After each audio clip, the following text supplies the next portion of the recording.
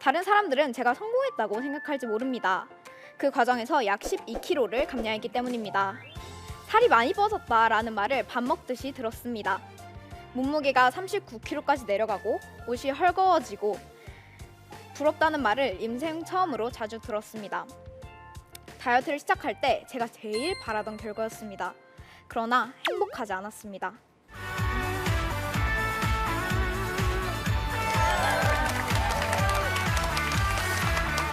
안녕하십니까. 새해학교 10학년 진입한 조연재입니다. 저는 사회 전체에 막연히 퍼져 있는 그렇지만 결코 무시해서는 안 된 주제를 가지고 이야기해보고자 합니다. 바로 외모지상주의에 관한 것인데요. 외모라 함은 얼굴이라는 생김새를 먼저 떠올리기 마련이지만 아름다운 몸매를 추구하는 것 또한 여기에 포함될 수 있습니다.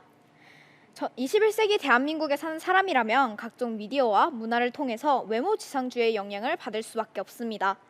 연예인들의 예쁘고 날씬한 몸매, 미디어에 자주 노출되는 다이어트 광고, 다이어트에 성공하신 분들의 비포 애프터 사진, 개인 미디어 콘텐츠, 뚱뚱한 사람들에 대한 악의적인 비난과 차별. 이런 사회에 노출되어 있던 평범한 중학생 시절, 저는 예뻐지고자 다이어트를 결심하게 되었습니다. 이전에도 다이어트에는 관심이 많았지만 항상 말만 하는 입다이어트였습니다. 그런데 이번에는 달랐습니다. 큰 마음을 먹고 PT를 도전해왔습니다. 첫 번째 PT 20회, 두 번째 헬스장을 옮겨서 두 번째 PT 20회, 또 다른 헬스장에서 세 번째 PT 20회. 헬스장은 4곳을 옮겨갔고 트레이너 분들은 7분을 배웠습니다. 저와 맞는 트레이너 분과 운동을 찾을 때까지 장정 1년이라는 시간이 걸렸고 운동에 투자한 돈은 수백만 원이 넘습니다. 그렇기에 결코 게을리하지 않았습니다. 제가 헬스장에 출석하지 않는 날이란 헬스장이 쉬는 날뿐이었고 코로나로 인해 문을 닫았을 때에는 주 7회 1시간 반 이상 홈트레이닝을 진행하였습니다.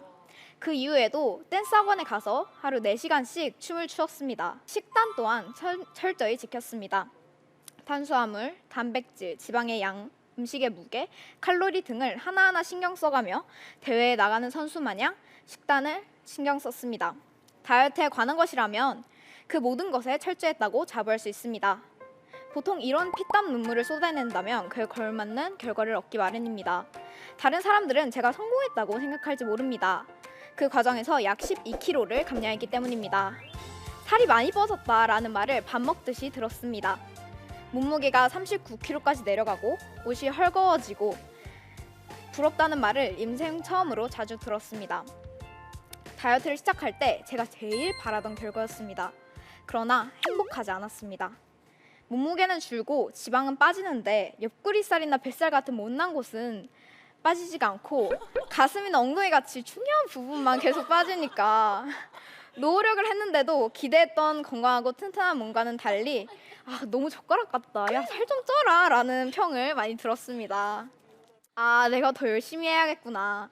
식단을 더 쪼이고 운동은 더 열심히 했습니다. 제 몸에 만족하지 않고 더 예쁜 몸을 얻고자 노력했습니다.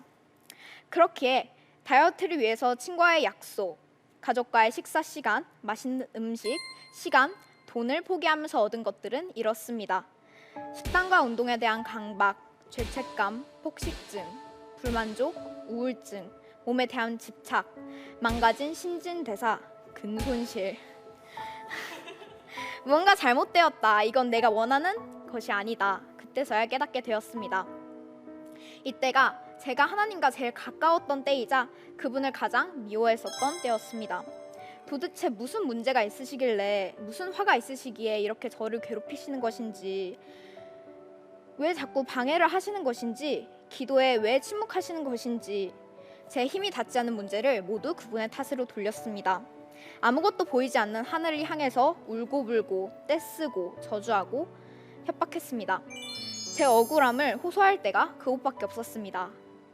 이후 쓰디쓴 실패를 딛고 다시 눈부신 성공을 거두었다는 전형적인 히어로 스토리는 없습니다. 그냥저냥 시간이 지나다 보니까 욕심이라는 것이 줄어들었고 저의 한계에 대해 체념했고 아름다운 몸매보다는 떡볶이가 너무 맛있었고 고등학생이라는 핑계로 원래의 몸으로 돌아왔습니다.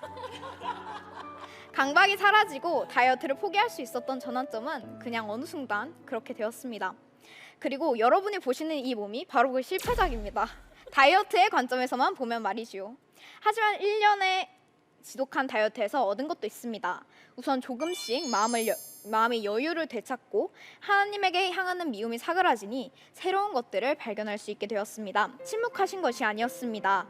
그저 어린 딸이 커서 아버지의 계획을 알아차리기까지 투정을 받아주시고 계셨던 것이었습니다. 실패를 겪게 하신 것도 더 큰 사람이 되어 성공하라는 의미라고 예상합니다. 성공한 모든 사람이 무조건 실패를 겪는다고 하지 않습니까? 저는 실패를 일찍 겪었으니 더 일찍 성공하겠지요? 그렇게 믿고 싶습니다. 그렇다고 다이어트에 완전히 실패한 것도 아니고 39kg까지 감량하게 해주신 것은 달콤함을 잊지 말아라 라는 지시였을 것입니다.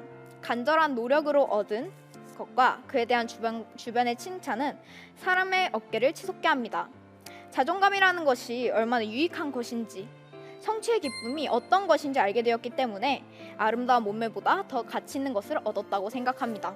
제가 한 곳에 정착하지 않고 여러 헬스장을 이곳저곳 옮겨다니고 여러 트레이너 분들과 인연을 맺게 해주신 것도 좋은 장소를 고를 수 있는 눈, 나와 맞는 사람을 알 수 있는 직감, 다양한 사람과 환경을 미리 알려주신 것이 아닐까 싶습니다. 다이어트를 위해 운동을 하면서 운동이라는 것 자체의 매력을 느끼고 사랑하게 되었고, 초저칼로리 다이어트를 한 덕에 건강한 다이어트와 건강의 중요성에 대해서 알 수 있게 되었습니다. 식이 조절에 힘쓴 덕분에 요리의 매력과 음식이라는 것과 사랑에 빠지게 되었고 진로로까지 지금 생각을 하고 있는 중입니다. 그때는 모두 힘들기만 했던 것들이 이해되지 않았던 주님의 행동이 이제서야 감사드립니다. 당시에는 그냥 힘들기만 했지만 그곳에서 한 발짝 떨어져야지 주님의 계획이 보인다는 것을 이제 알게 되었습니다. 그래서 저는 실패의 단어를 다시 한번 재정해 볼까 합니다. 실패, 명사, 성공으로 향하는 과정이라고 말이지요. 이상으로 저의 강연을 마치겠습니다. 긴 이야기를 들어주셔서 감사합니다.